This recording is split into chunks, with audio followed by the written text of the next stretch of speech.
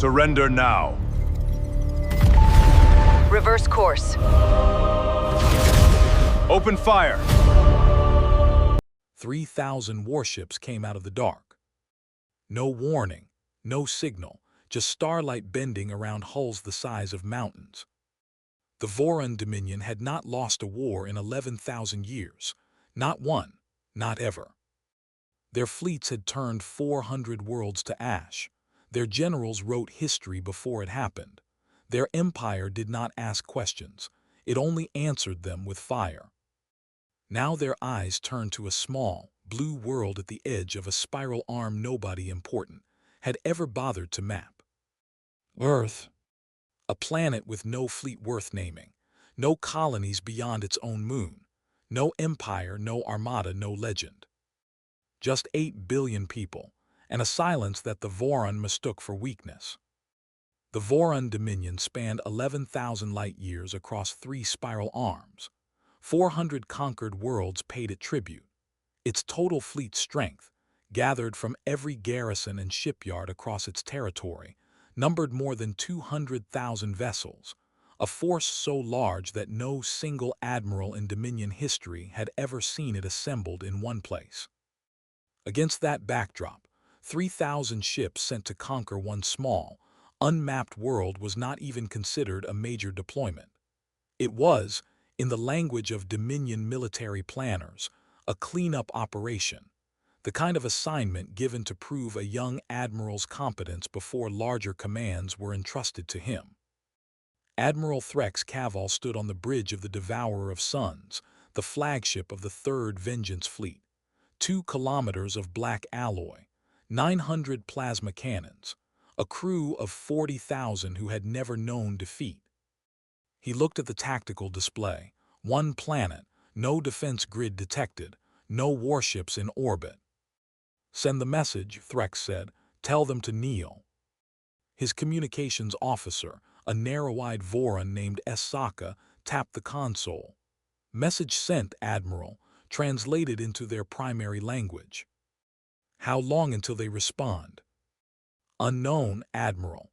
This species has never spoken to another star nation." Threx allowed himself something close to a smile.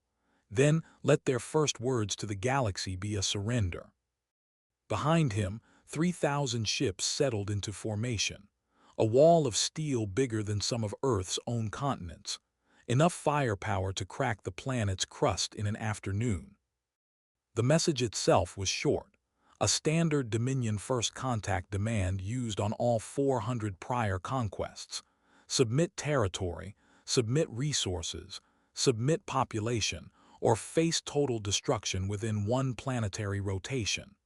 It had worked on every species that had ever received it.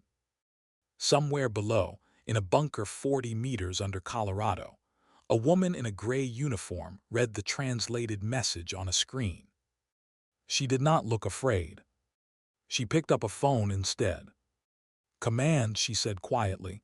"They're here early." A pause. "Good," said the voice on the other end. "Begin Phase 1.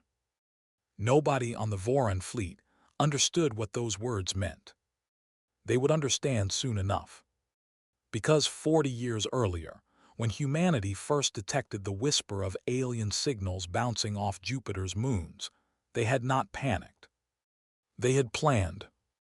Every government on Earth, every scientist, every soldier, every engineer had come together under one flag for one purpose: survival and then dominance. 40 years is a long time to prepare a trap. The Vorrun didn't know they were standing in one. Admiral Threx watched his sensors. Still no fleet, still no defense grid, still nothing but silence from a planet about to become his 11,000th conquest. "Weak," he muttered, just like the report said. He didn't know that "weak" was exactly the word humanity wanted him to think. Because Phase 1 wasn't about winning.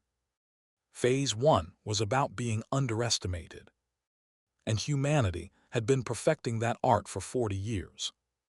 Far below, in a control room carved from granite, a young technician named Priya Anand watched the same tactical feed the Vorrun were seeing, only from the other side of the mirror. Her monitor showed 3,000 contacts, spread wide, unafraid. Her supervisor, an older man named Dale Acaffer, stood behind her, arms folded, eyes fixed on the same numbers. "They came with everything," Priya said quietly. "Good," Dale said. "That means they won't come back for a second try with anything held in reserve." She looked up at him. "You sound like you wanted this." 40 years, Priya," he said. "Nobody wants a war, but if one's coming anyway, you want it to come exactly like this. Loud, arrogant, all at once." On the far side of the solar system, the Vorrun's advanced scouts recorded nothing unusual. No hidden fleets, no cloaked stations, no sign that this small blue world had spent 4 decades preparing for a day its own people didn't fully understand was coming. Every scan came back the same. Empty. Quiet. Waiting. 200 kilometers from the command bunker, in a quiet farmhouse in Nebraska, a retired engineer named Robert Hale stepped outside to look at the night sky. He had spent 31 years of his life working on a project he was never allowed to name, not even to his wife. He knew what those new lights in the sky meant. He had helped design the sensors that first detected them. His wife stepped out beside him, following his gaze upward. "Is it happening?" she asked. "Is it finally happening?" Robert Hale didn't answer with words. He simply nodded and took her hand and watched the sky the way a man watches something he built with his own hands finally being tested for the first time.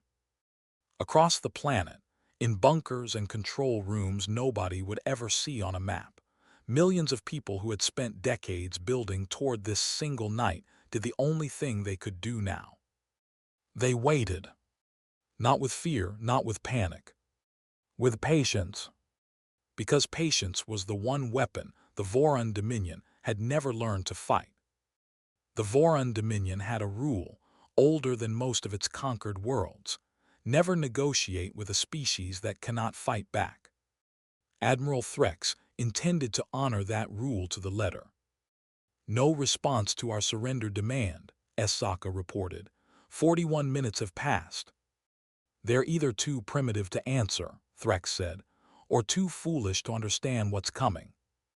He turned to his second-in-command, General Vorrun, a broad-shouldered warrior with 3 centuries of conquest behind him.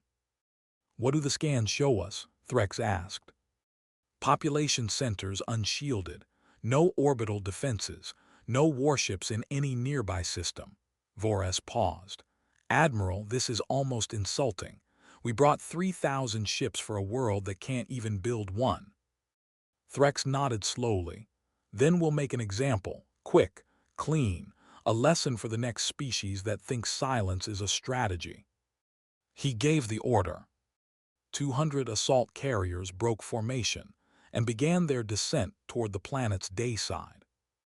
Inside the Devourer of Suns, junior officers celebrated early. Some placed bets on how many minutes the invasion would take. The lowest guess was 6 minutes. The highest was 20. Nobody guessed the truth. Nobody guessed there would be no invasion at all.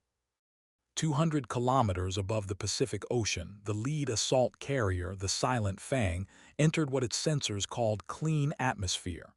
No radar signatures, no missile locks, no resistance. Its captain, a young Vorrun named Dresk, felt something he rarely felt during a conquest. Boredom. "This is almost sad," Dresk said to his crew. "A species that just lets us walk in." Across the planet below, in newsrooms and government offices that had no access to any classified file, ordinary people watched strange lights moving in formation across the morning sky and reached for their phones. Within minutes, a coordinated message went out across every major broadcast network and every government channel on Earth, worded identically in 11 languages. Unusual atmospheric phenomena had been detected, likely meteorological, and the public was advised to continue with normal activity. It was a lie, and it had been rehearsed for decades. A news anchor in London, reading the statement live, felt her hands tremble slightly as she delivered it, though she had no idea why. Somewhere behind that broadcast, a coordination office that had existed for 40 years under a name so boring nobody ever asked about it, the Atmospheric Liaison Division, made sure that not one journalist on the planet asked a follow-up question that got broadcast to the public. It was, in its own quiet way, one of the most impressive parts of the entire 40-year plan.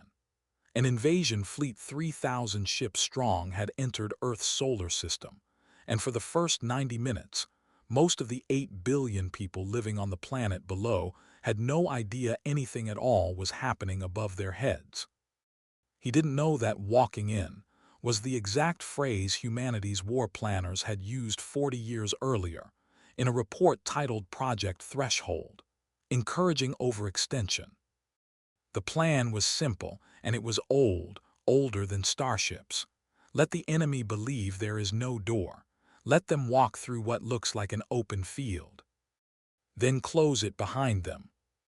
Admiral Threx watched the descent data scroll past on his display, each carrier reporting the same thing. No resistance, no resistance, no resistance. Send the second wave, he ordered. Let's finish this before their sun sets. 600 more warships broke formation. The greatest fleet ever assembled against a single world began pouring down into Earth's atmosphere, confident, arrogant, and utterly unaware that every single one of their sensors had just been fed exactly what humanity wanted them to see. Aboard the assault carrier Iron Herald, a young Vorrun infantry commander named Breck checked his weapon systems one final time before deployment. He had led ground assaults on 11 different worlds. None of them had taken longer than a single day to pacify. Standard procedure, he told his troops, secure P. Population centers, minimal resistance expected, will have this world's surrender processed before nightfall. His soldiers laughed, the easy laugh of warriors who had never once doubted the outcome of a fight before it began. None of them noticed the strange stillness in the cities below, the empty streets in places that should have been full of panicked civilians, the total absence of any visible response to an invasion fleet now openly descending through the atmosphere in broad daylight. It did not occur to a single one of them to ask why a supposedly primitive, unprepared species was reacting to an alien invasion with something that looked, from above, disturbingly like calm. Because 80 kilometers beneath the surface of the planet they were about to conquer, something enormous had just finished waking up. Something that had been sleeping, patient and silent, for 4 decades. As Sokka's console flickered, just once, just for half a second. "Admiral," he said slowly, "I'm reading a strange energy spike from the planet's crust." Threx didn't even turn his head. "Background radiation. Their planet has plenty of it."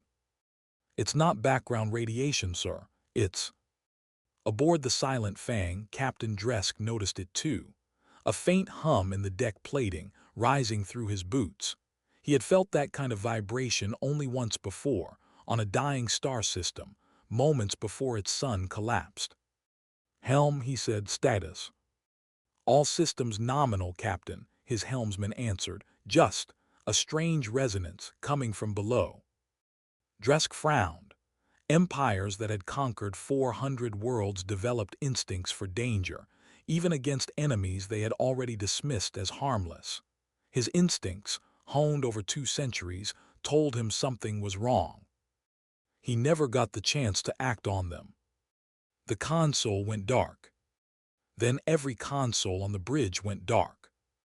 For 1 full second, the Devourer of Suns, the greatest warship in Vorrun history, sat completely blind in orbit around a planet its crew had called defenseless.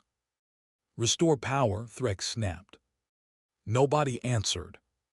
Because in that 1 second of silence, 300,000 meters below, the first line of Earth's 40-year secret had just come online. And it was not a defense. It was an announcement. Below the surface, In a corridor carved through solid basalt, a soldier named Corporal Diaz stood at attention beside a door 40 centimeters of solid titanium. He had trained for this moment for 6 years. He had never expected to see it in his lifetime. The door slid open. A single word appeared on the wall display above it. Active. Diaz let out a breath he'd been holding since basic training. It's real, he whispered. It's actually real. Behind that door, something the size of a city block had just begun drawing power from 3 fusion cores, buried a kilometer deeper still. 40 years of budget hearings, 40 years of secrecy, 40 years of engineers who died without ever telling their own families what they had built. It all came down to this moment. Power returned to the bridge in 11 seconds. 11 seconds. On a ship built to withstand black hole tidal forces, 11 seconds without power should have been impossible.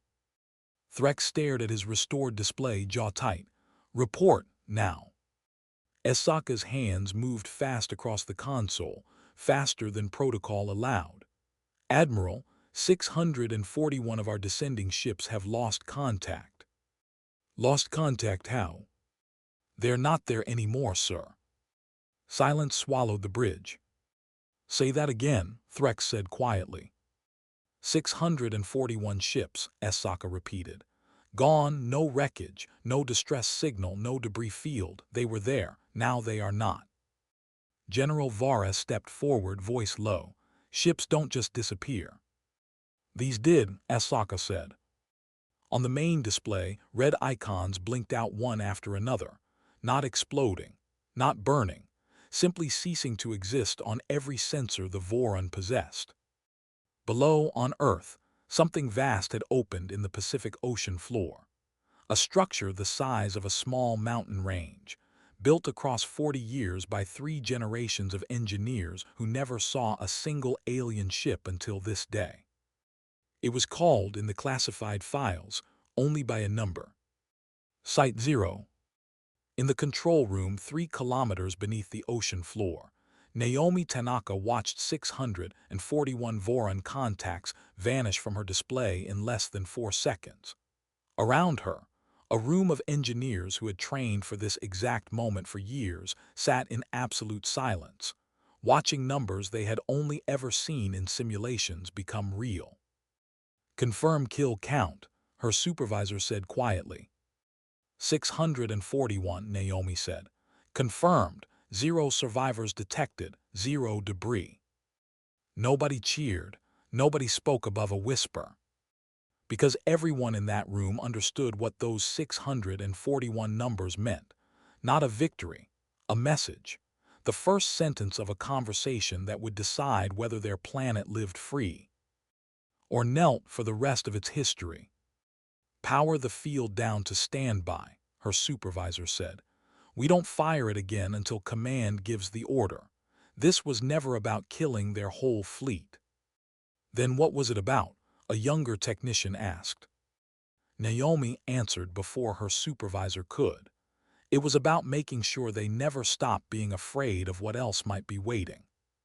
Site 0 didn't fire missiles. It didn't fire lasers. It generated a field, a distortion in space itself, calibrated over decades to fold incoming matter into a pocket of nothing. The 641 ships hadn't been destroyed. They had been erased from the equation entirely, compressed into a point smaller than an atom, gone before their crews even understood what was happening. Admiral Threx's voice was flat. Get me visual confirmation. There is nothing to confirm, Admiral, Esaka said. That is the confirmation. Threx turned to the tactical display, where 641 blinking red lights had simply become blank space. This is not possible, General Vora said. This species has no fleet, no defense grid. Our scans were clear. Your scans were wrong, said a new voice. It came through every speaker on the bridge, translated instantly into perfect Vorrun. Every officer froze. This is Fleet Command Earth, the voice said, calm, unhurried, almost polite. You have entered restricted space. You have 30 seconds to reverse course. Threx's hands curled into fists. Identify yourself. You already tried to make us kneel, the voice replied. We're simply returning the courtesy. The channel closed. Sokka worked frantically to trace the origin of the transmission, hoping to locate a command ship, a single point of failure she could report back as a target. The trace led nowhere. It bounced through what looked like 1,000 separate relay points scattered across the planet's surface, each one indistinguishable from ordinary civilian infrastructure. Admiral, I can't isolate a source, she said. It's routed through their entire communications network simultaneously. There is no single point to strike. Of course there isn't, Threx said quietly. They built this to survive exactly the kind of retaliation we're capable of. General Vorrun stared at the dead calm channel, his composure cracking for the first time since the invasion began. Admiral, this is not a species defending its home. This is a species that has been rehearsing for this exact conversation. Threx said nothing. He simply watched the empty red space on the tactical display where 641 ships had been, and understood, for the first time in his long career, what it felt like to face an enemy who had already won the only battle that mattered. The battle to be underestimated for exactly as long as it took to make the mistake fatal. For the first time in 11,000 years of conquest, Admiral Threx Cavil felt something cold settle behind his ribs. He didn't call it fear. Vorrun admirals did not feel fear. But his voice, when he spoke again, was quieter than before. Pull the remaining ground forces back to orbit, he said. Full fleet alert status. Sir, Vorrun said carefully, we still have overwhelming numerical superiority. 2,300 ships remain. This was one incident, one weapon. Thrax looked at the empty red space, where 641 warships used to be. One weapon that didn't exist 10 minutes ago, he said. According to our reports, this species has no advanced technology at all. Our reports were compiled 40 years ago, Sokka said quietly, before we ever came here. Threx's eyes narrowed. 40 years. That number would come back to him, again and again, like a countdown he hadn't known he was inside. General Vorrun leaned toward the tactical display, studying the blank space where 641 ships had been erased from existence. His voice, when it came, had lost its earlier bravado. Admiral, if this weapon can do this to 600 ships in a single instant, he said, what happens if it's used against all of us at once? Then we would already be dead, Threx said, which means it has limits. It cannot be used again immediately, or it would have been. You're gambling the fleet on a guess. I'm gambling the fleet on the only piece of information we have, Threx said. That whatever just happened, it hasn't happened twice. He was right, and he was also, in a way he could not yet understand, exactly where humanity wanted him to be, still committed, still believing there was a way to win by force alone. Elsewhere on the bridge, a junior officer named Ket tried to raise the silent fang on every channel available. Static answered him. He tried again. Static answered him again. Sir, Ket said, voice unsteady, Captain Dresk's ship isn't responding. None of them are responding, Sokka said. That's the point.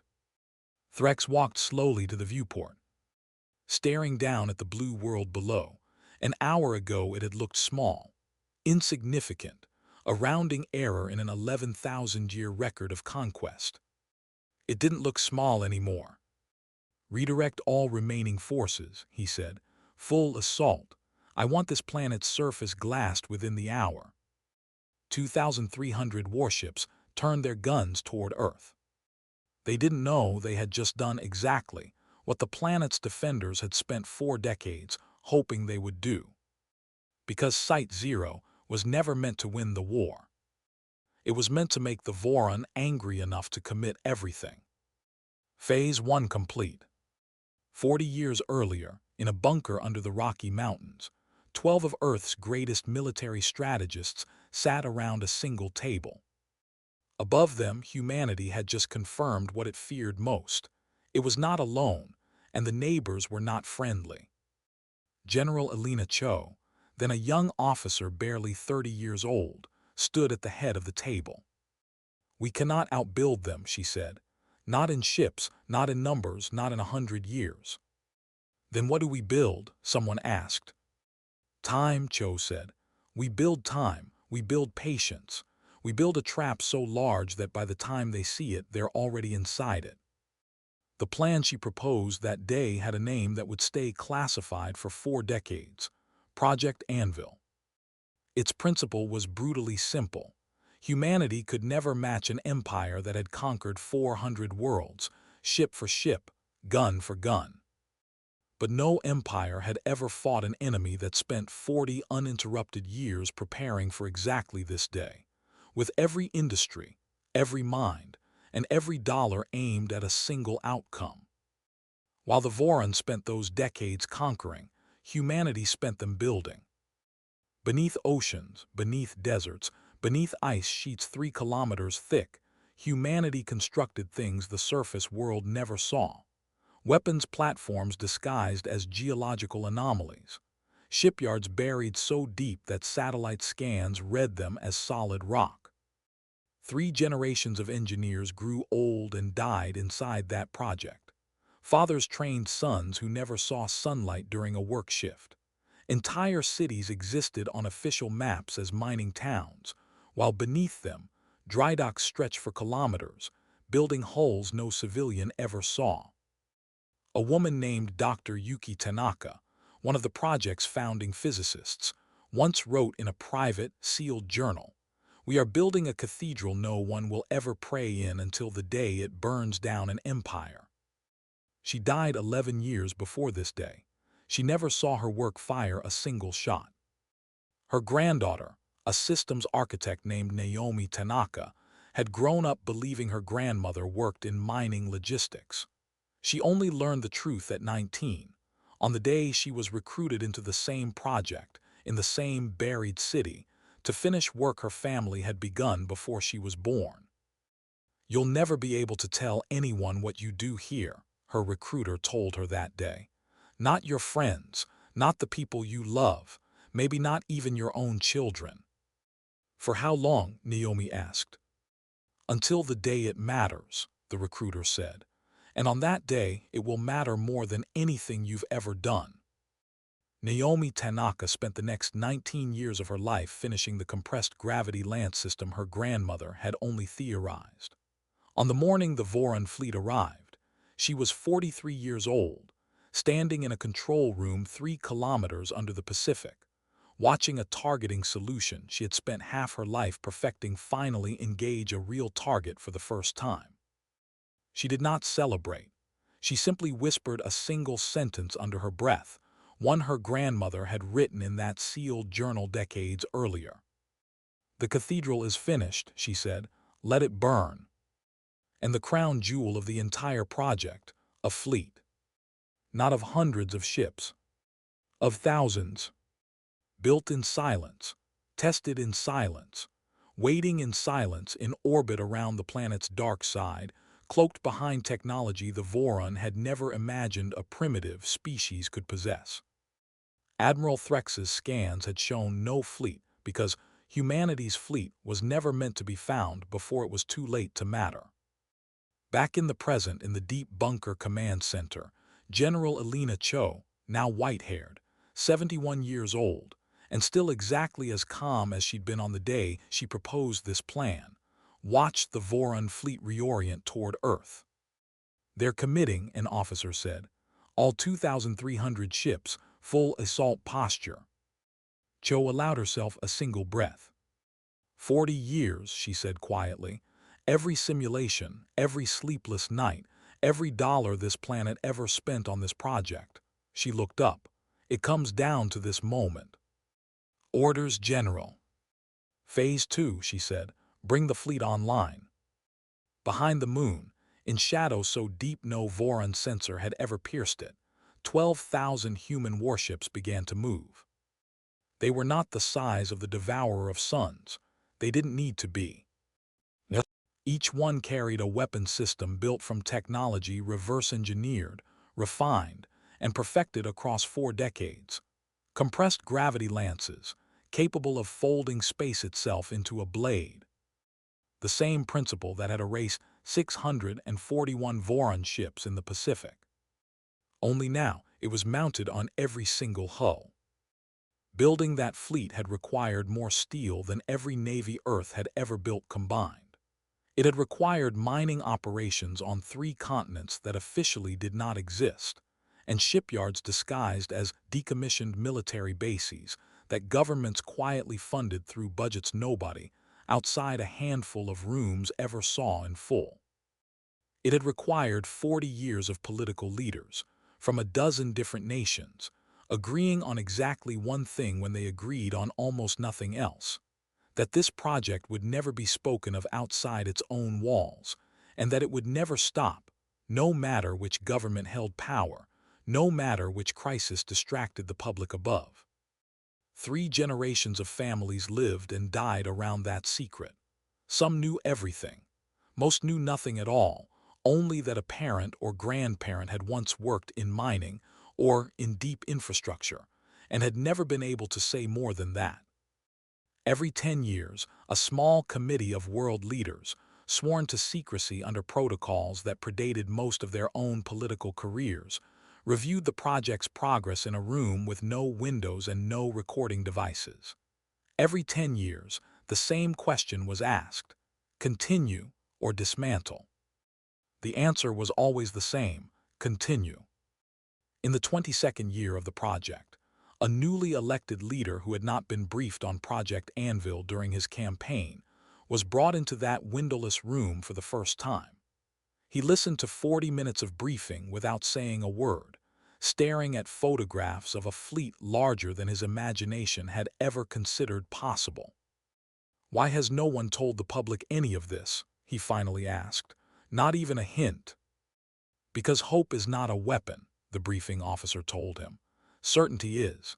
If 8 billion people knew this fleet existed, some of them would relax, some would grow careless, some would leak it by accident or by pride long before it was ready. Fear of the unknown kept humanity focused for 22 years. It will keep us focused for 18 more." The leader signed the continuation order without further argument. Every leader after him did the same. By the numbers alone, Project Anvil was the largest coordinated undertaking in human history. 40 years of continuous construction, 12,000 warships, built across 61 shipyards on 3 continents and 4 orbital platforms disguised as commercial satellites. Over 200 million metric tons of alloy, mined, refined, and shaped in secrecy without a single public record of where any of it went. The compressed gravity lance program alone consumed 4 decades of physics research. Built on a single breakthrough Dr. Yuki Tanaka had scribbled on a napkin during a conference she was not supposed to attend, discussing energy states nobody in her field believed were physically achievable. It was, by the time of Admiral Threx's arrival, the largest secret 12,000 ships had ever kept. And it had never once leaked. Every pilot who flew those 12,000 ships had trained for a battle they were told might never come in their lifetime.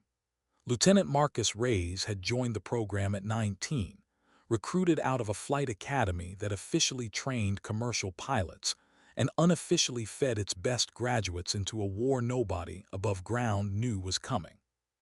He remembered his first day in the simulator, staring at a mock-up of an alien warship 5 times the size of anything he had ever flown against. "This is what we're preparing for," he had asked his instructor. "This is the smallest version of what we're preparing for," she told him. "Assume it gets worse before you ever see it for real."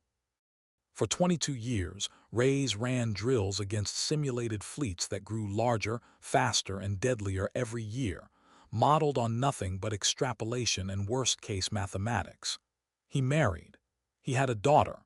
He told them both he flew cargo routes for a shipping consortium, and neither of them ever had reason to doubt it. On the morning the Vorrun fleet arrived, his daughter was 11 years old, asleep in a house 200 kilometers from the nearest classified facility, with no idea that her father was, at that exact moment, sitting in the cockpit of the Constant Vigil, waiting behind the dark side of the moon for an order that had been 22 years in the making. He thought of her exactly once, in the seconds before the fleet decloaked. Then he put the thought away, the way he had trained himself to, and became, for the next 9 minutes, exactly what 40 years of preparation had built him to be.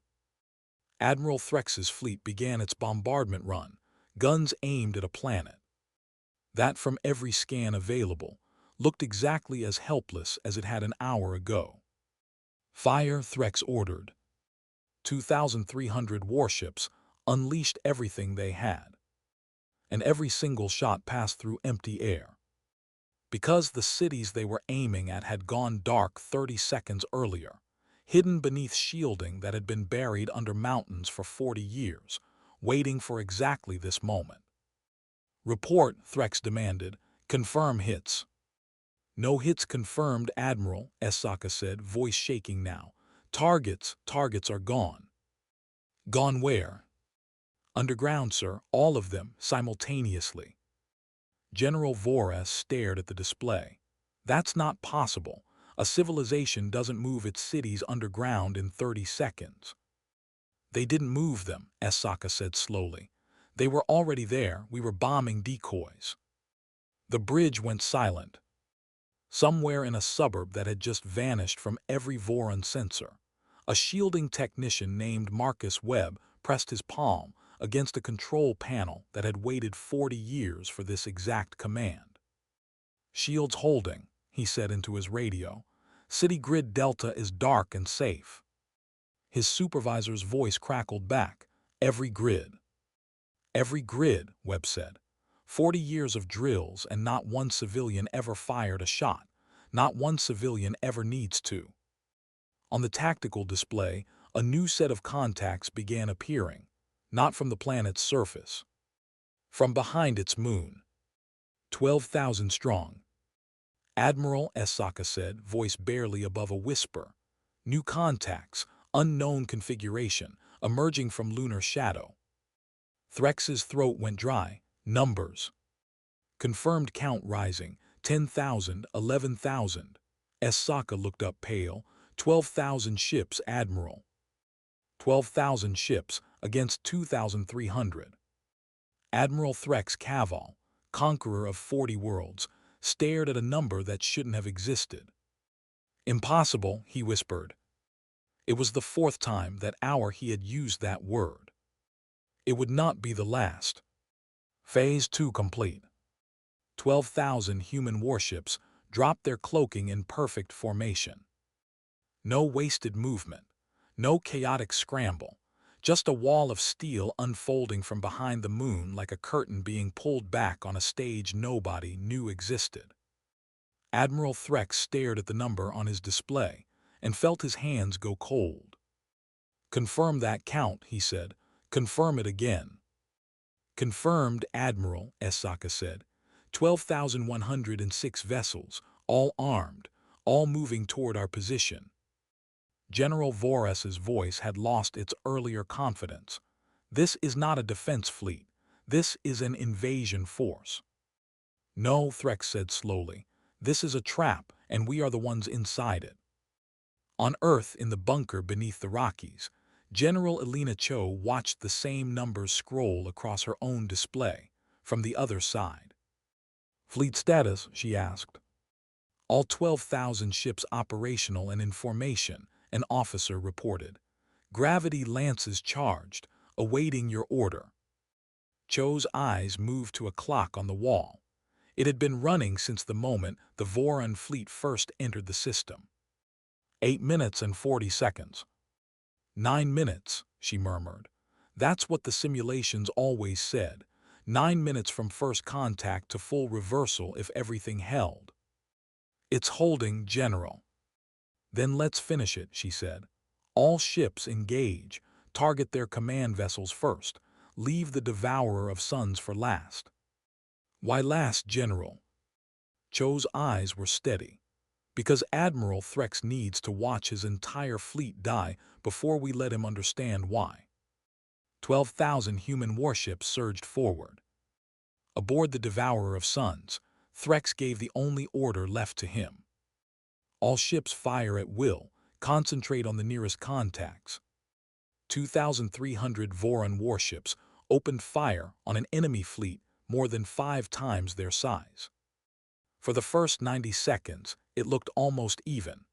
Vorrun plasma cannons tore into the leading human formations, and 3 human ships buckled and burned. Lieutenant Marcus Reyes felt his own ship, the Constant Vigil, shudder under a glancing hit.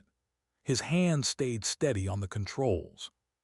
Hull integrity at 91%, his co-pilot Arya Blake reported. We can take a few more of those. We won't need to, Reyes said. Lances charged. Charged and locked. Fire. The Constant Vigil released its gravity lance into the side of a Vorrun cruiser 3 times its size. The cruiser didn't explode. It simply folded, collapsing inward on itself in half a second, and then it was gone, along with every soul aboard. Then the human fleet returned fire in full. Compressed gravity lances didn't work like plasma weapons. They didn't explode against a hull. They folded the space the hull occupied, collapsing armor and steel and crew into points smaller than a single atom. A Vorrun cruiser named the Ash Reaper vanished mid-turn. No debris, no explosion, simply gone the way 641 ships had gone over the Pacific an hour earlier. Then another ship vanished, then 3 more, then 12. Admiral, Sokka shouted over the noise of the bridge. We're losing ships faster than we can track the losses. Numbers, Threx demanded. 200 gone, now 300. Admiral, the rate is accelerating. General Varus gripped the edge of his console. Order a retreat. The Vorrun Dominion does not retreat, Threx snapped. The Vorrun Dominion has never fought this, Varus said. Admiral, if we stay, we lose everything. If we retreat, we lose ships, but we survive to report what we've seen. Aboard the Vorrun cruiser Talon of Ren, a young gunner named Vec fired everything his weapons batteries had at the nearest human ship, watching his shots scatter harmlessly off a shield that shouldn't have been able to hold against Vorrun plasma at all. Weapons ineffective, Vec reported, voice cracking. Captain, our shots aren't even scratching their shielding. Reload and fire again, his captain ordered. Captain, we fired 11 times. 11 times and nothing. The Talon of Ren folded inward a heartbeat later, gone the way 641 ships had gone over the Pacific, its entire crew compressed into a point smaller than a single atom before Vec finished his sentence. On the human side, a young tactical officer named Sergeant Idris Os watched the battle from a secondary command deck, his voice calm despite the chaos on his screens. Aboard a third Vorrun vessel, the escort frigate Winter's Edge, a communications officer tried desperately to raise the flagship for new orders as her own ship's shields buckled under a single gravity lance strike. She never got the chance to finish the call. The Winter's Edge folded into nothing mid-sentence, her voice cutting out along with everything else aboard. Across the battlefield, the pattern repeated itself with mechanical precision. Vorrun ships fired everything they had, watched their shots scatter uselessly off shielding technology 40 years in the making, and then vanished, one after another, in engagements that rarely lasted longer than a few seconds each. It was not a battle in the way either side had trained to understand the word. It was an execution, delivered with the calm, unhurried precision of a species that had spent 4 decades rehearsing exactly this outcome, down to the smallest detail. Enemy formation is fracturing, Osai reported. They're trying to concentrate fire on our lead ships, but our spread pattern is denying them a focal point. Casualties? Cho asked. 4 ships lost, 11 damaged, all within acceptable parameters. General. 4 ships lost, against a fleet of 12,000 was not even a rounding error, and everyone in that command room knew it. Threx stared at the display. 600 ships gone, then 700. The human fleet hadn't lost more than a handful of vessels in the last 90 seconds. He thought, in the strange, stretched seconds of that moment, of every briefing he had ever received on this species. Primitive, fractured, divided into hundreds of competing nations that could barely agree on trade routes, let alone a coordinated defense. That was the intelligence his empire had trusted for decades. None of it had mentioned that those hundreds of competing nations could, when the stakes were existential enough, build one fleet, one weapon system, one plan, and keep it silent for 40 uninterrupted years without a single leak reaching an empire that had spies on half the galaxy's inhabited worlds. Whatever they were 40 years ago, Threx said quietly, almost to himself, they are not that anymore. Vorrun barely heard him over the noise of the bridge. Admiral. Nothing, Threx said. Order the retreat. All remaining ships, Threx said, voice tight, fall back, full retreat, rally at the outer system marker. It was the first time in 11,000 years that a Vorrun admiral had given that order against a species with no prior fleet, no prior warships, no prior reputation at all. The remaining Vorrun ships broke formation and turned away from the planet, engines burning at maximum output, fleeing a world their own reports had called defenseless 4 hours earlier. Behind them, the human fleet did not pursue at full speed. It didn't need to, because General Elena Cho had already given her final order for this phase, and it wasn't about destroying the fleeing enemy. It was about making sure they survived long enough to tell their empire exactly what had happened here. Let them run, Cho said. Let every ship that survives carry this story home. Aboard the Constant Vigil, Arya Blake watched the retreating Vorrun ships shrink on her display. We could finish them, she said quietly, every one of them. We could, Reyes agreed. But a dead enemy tells no one what happened here. A living one tells everyone. On the Devourer of Suns, as the ship crossed toward the retreat boundary, General Vorrun found himself standing beside Admiral Threx at the viewport, watching the human fleet hold its line rather than pursue. They're letting us go, Vorrun said, disbelief plain in his voice. We have nothing left to threaten them with. They could destroy every ship in this retreat, and there is nothing we could do to stop it. I know, Threx said. Then why let us live? Threx was quiet for a long moment, watching the 12,000 human ships shrink behind them as the Devourer of Suns pushed toward the jump point. Because a species that spends 40 years building a weapon like this does not waste it on cruelty, he said finally. They spend it on a lesson. A dead fleet teaches no one anything. A fleet that limps home and tells this story to every world in Dominion space accomplishes exactly what they wanted, without a single further shot fired. Vorrun said nothing, because there was nothing left to argue. Behind them, the human fleet held its line at the edge of the battle zone, 12,000 ships standing in perfect formation over a planet they had just spent 9 minutes proving was no longer anyone's to take. Sergeant Idris Osai watched the last Vorrun stragglers cross the system boundary on his display, then turned to General Cho's command feed. General, do we pursue into the outer system? We could catch another 200 ships before they reach jump range. No, Cho said. We hold position. Every ship we let go carries a warning home. Every ship we destroy just becomes a rumor someone else can deny. Understood, General. Send confirmation to all sectors, Cho added. Earth Defense Fleet full status. Operational, minimal losses, enemy repelled. Begin recovery operations for our own wounded. Across the 12,000 ships of the human fleet, damage control teams move through corridors lit by emergency lighting, treating burns, sealing hull breaches, carrying the handful of injured crew to medical bays that had trained for casualties on a scale far larger than the four they actually received. It was, by any military standard in galactic history, the most lopsided victory ever recorded against a numerically superior invading force. And it had taken 9 minutes. Phase 3 complete. 912 ships. That's all that remained of the Third Vengeance fleet. 912 out of 3,000. Admiral Threx Caval stood on the bridge of the Devourer of Suns, watching the tactical display as his fleet crossed the system's outer boundary, finally out of range of the human weapons. Nobody spoke. Nobody dared to.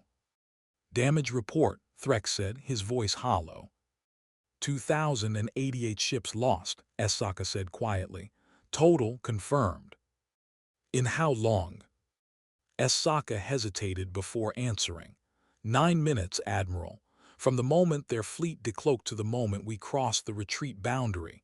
9 minutes. 9 minutes.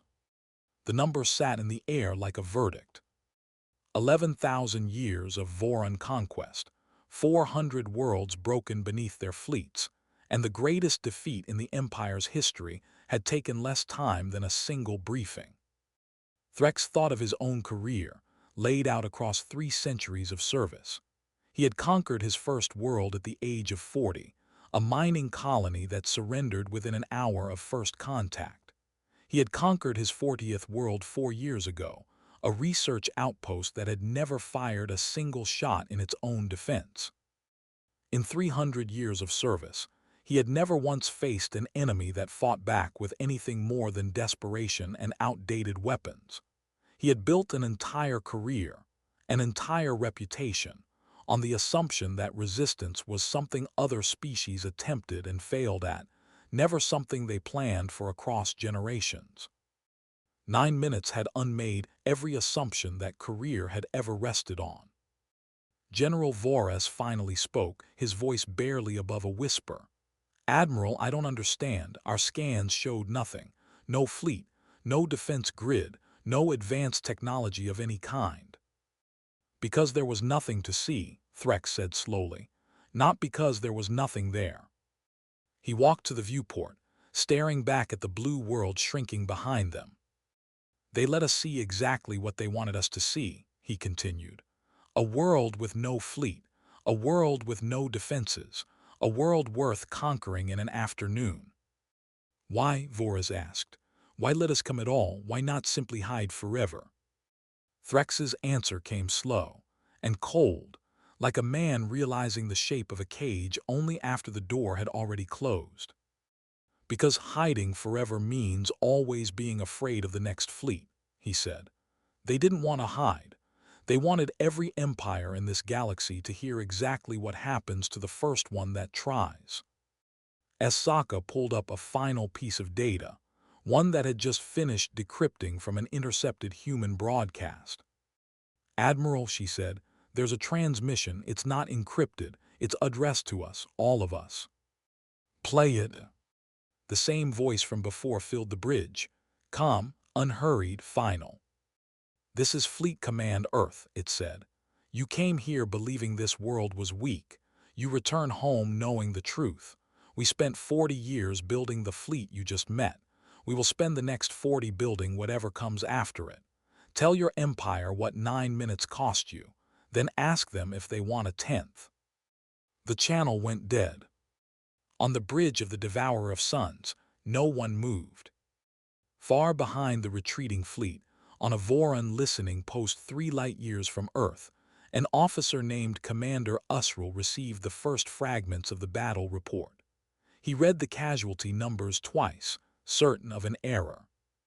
There was no error. He forwarded the report to Dominion High Command with a single line attached. "Recommend immediate reassessment of all prior intelligence on the species." It would take the report 6 days to reach the Dominion capital. It would take the High Command 6 minutes after reading it to convene an emergency session, the first of its kind in 300 years.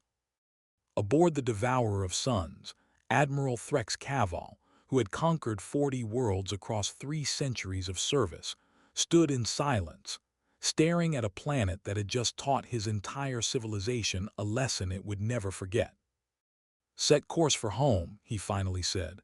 "Full report to the High Command, every detail." "Admiral," Vorrun said carefully, "what do we tell them? 9 minutes, 2,000 ships lost, a species we listed as primitive." Threx turned from the viewport, and for the first time in his career, his voice carried something that sounded almost like respect. "Tell them the truth," he said. "Tell them we walked into the one trap in this galaxy we were never meant to survive. Tell them it took 9 minutes." He looked back at the shrinking blue dot behind them. "And tell them," he added quietly, "that whatever we thought we knew about that planet, we knew nothing at all." The bridge crew of the Devourer of Suns worked in silence for the remainder of the journey home, compiling casualty lists, cataloging the names of 900 officers and 40,000 crew who would not be returning to their families. It was the longest such list any of them had ever prepared. Sokka, exhausted, finally allowed herself to say the thing everyone on the bridge had been thinking since the retreat began. "Admiral, what happens to us when High Command reads this report?" Threx considered the question honestly, the way he had considered nothing else in his 3 centuries of service. "Some of them will call for our execution," he said. "Cowardice, incompetence, treason. It will not matter that no admiral in Dominion history has ever faced a weapon like this one." "And the rest?" "The rest," Threx said, "will understand that we are the only officers in this empire who have actually seen what that planet can do. That makes us useful. For now, that may be enough to keep us alive." He did not sound relieved when he said it. He sounded like a man calculating the odds of a war he now understood, for the first time, that his empire might eventually lose. Phase 4 complete. Beneath the Rocky Mountains, General Elena Cho watched the last Vorrun ship cross the edge of the system and vanish into deep space. The room around her stayed quiet, no cheering, no celebration. Just the low hum of monitors, and the sound of a war that had lasted 9 minutes finally settling into silence. "Casualty report," she said. "4 ships lost, 11 damaged, no further losses, General." Cho nodded once. 40 years of planning, 4 decades of a secret carried by 3 generations of engineers, soldiers, and families who never knew what they were building toward, and it had come down to 9 minutes that would be remembered for centuries. "Get me a line to the United Nations Security Council," she said, "and to every allied government watching this system." "On it, General, what's the message?" Cho looked at the empty space, where an empire's fleet had once believed itself unbeatable. "Tell them Phase 1 is complete," she said. "Tell them the galaxy just found out what 40 years of patience looks like." In a shielded suburb that had spent 30 seconds underground and would soon rise back into the daylight, Marcus Webb powered down the grid controls and finally allowed himself to sit. "We did it," he said to no one in particular. His radio crackled. "Webb, City Grid Delta is clear to resurface." He smiled, tired, and pressed the button that would bring an entire city back into the sun. Far above Earth, in the silent dark where 12,000 human warships held formation, Lieutenant Marcus Reyes looked out at the stars where the enemy fleet had disappeared. His co-pilot, Arya Blake, broke the long silence between them. "Do you think they'll come back?" she asked. Reyes didn't answer right away. He looked at the empty stretch of space, at the 12,000 ships around IM, at a planet behind him that had spent 40 years turning silence into strength. "They'll come back," he finally said. "Everyone always comes back." He turned his gaze forward. "But next time," he said, "they'll know exactly what 9 minutes costs." 6 days later, in the Dominion capital, a chamber that had not convened an emergency session in 300 years sat in stunned silence as the full report was read aloud. The chamber itself was ancient, built from black stone quarried from the Dominion's very first conquered world, 11,000 years earlier. Its walls were lined with the names of every world the Empire had broken.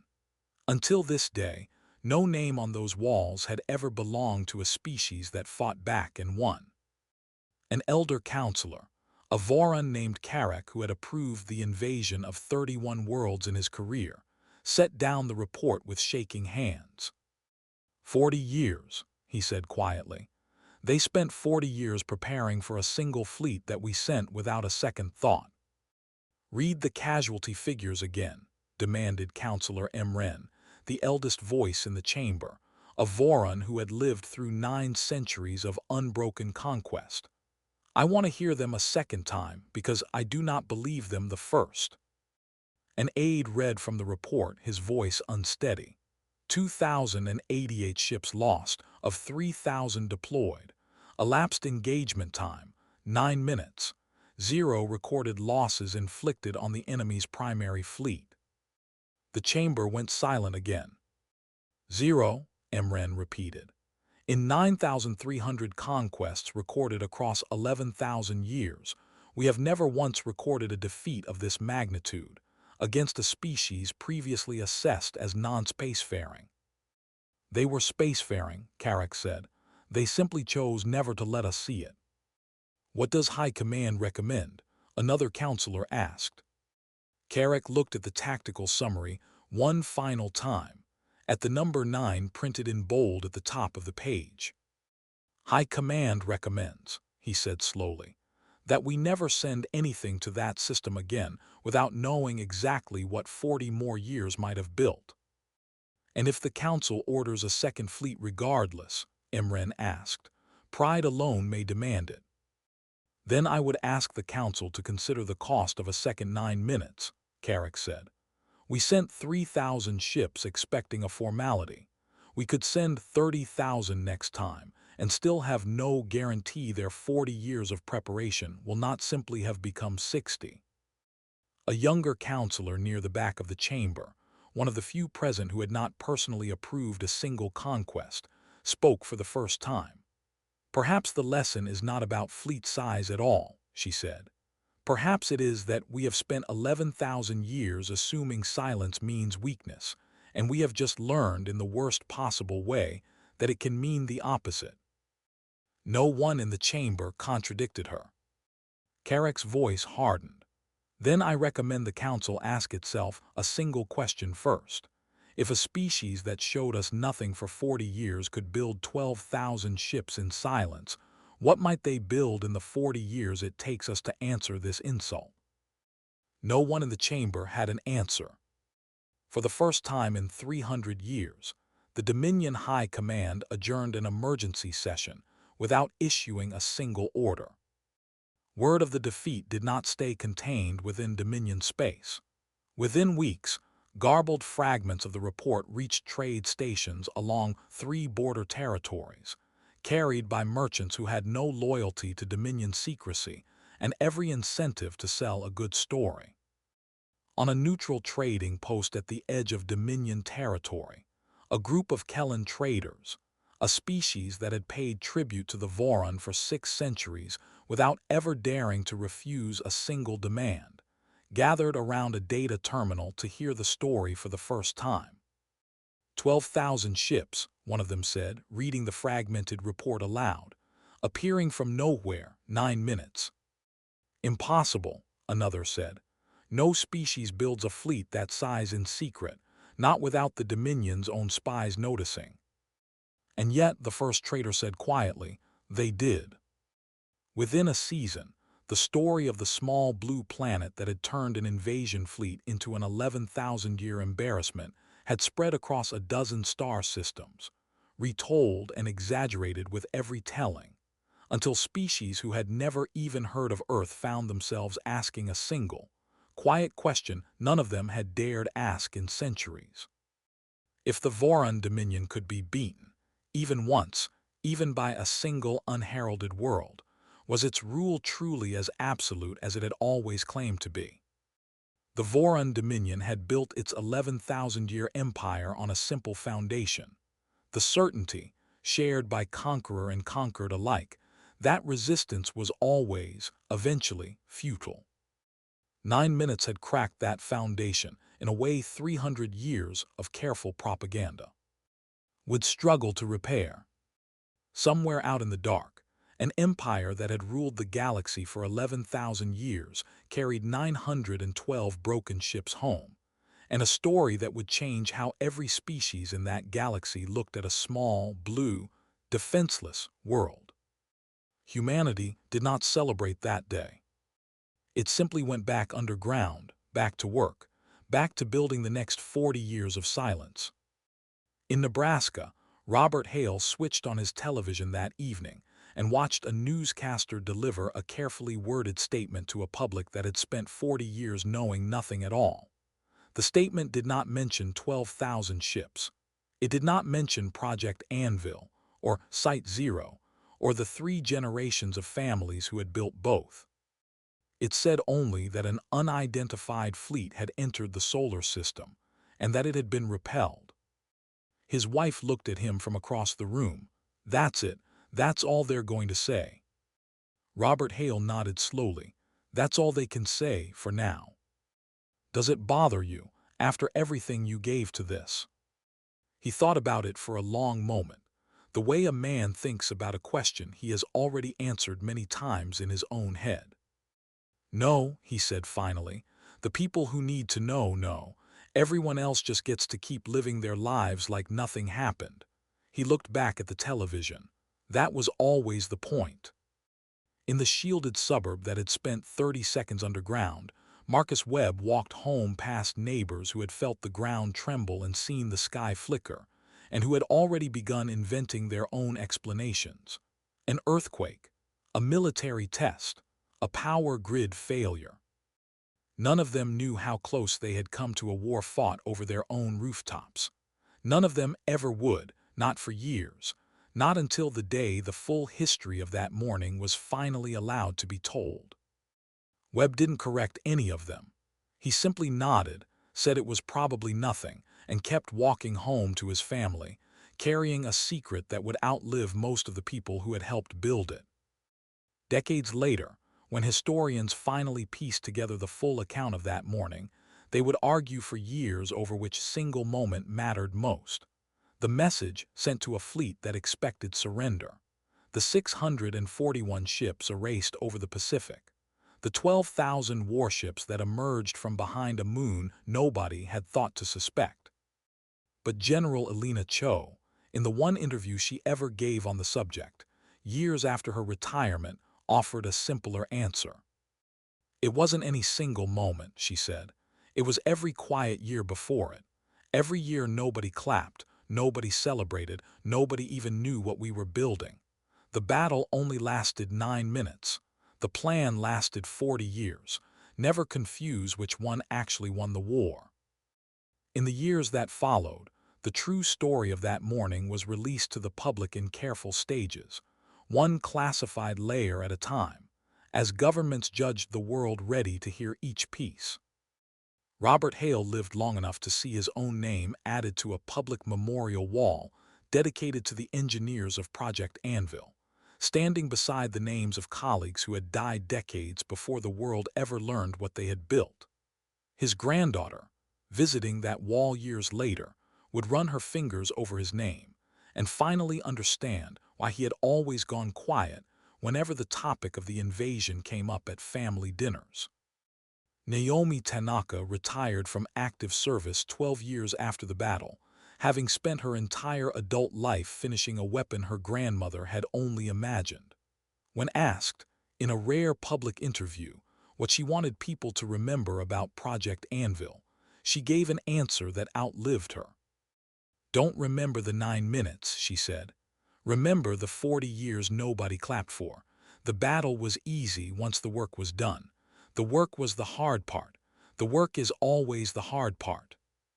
Lieutenant Marcus Reyes flew 2 more decades of quiet patrols along Earth's outer defense perimeter, waiting for a second invasion that never came in his lifetime. His daughter grew up, eventually learned the truth about her father's real career, and chose to serve in the same fleet herself, standing watch over a peace her father's generation had bought with 40 years of silence. Because the Vorrun Dominion had learned something no empire before them had ever survived learning twice. The quietest planet in the galaxy was never weak. It was waiting. Years later, a new generation of students in classrooms across Earth would study that morning not as a battle, but as a case study in patience. Military academies taught it alongside case studies in economics and diplomacy, because the lesson at its center was never really about weapons at all.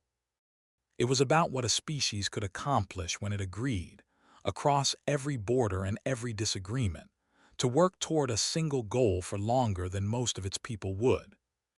Live to see finished. Historians would call it many things over the following decades: the 9-minute war, the long silence, the 40-year trap, but the phrase that endured longest, carved into memorials and quoted in speeches on the anniversary of that morning, was the one General Elena Cho had spoken into a bunker microphone before the battle had even truly begun. Phase 1 complete. Because in the end, that was the truest thing anyone ever said about that day. It was never really about one battle, or one fleet, or even one admiral's mistake. It was about the first phase of something far larger, something that had taken 40 years to build and would take far longer than that to finish. And somewhere, in a bunker no satellite could find, on a wall no enemy had ever seen, a single phrase had been carved beneath a countdown clock that had just reached zero for the first time in 40 years. 9 minutes, that's all it takes when you've waited 40 years to use them.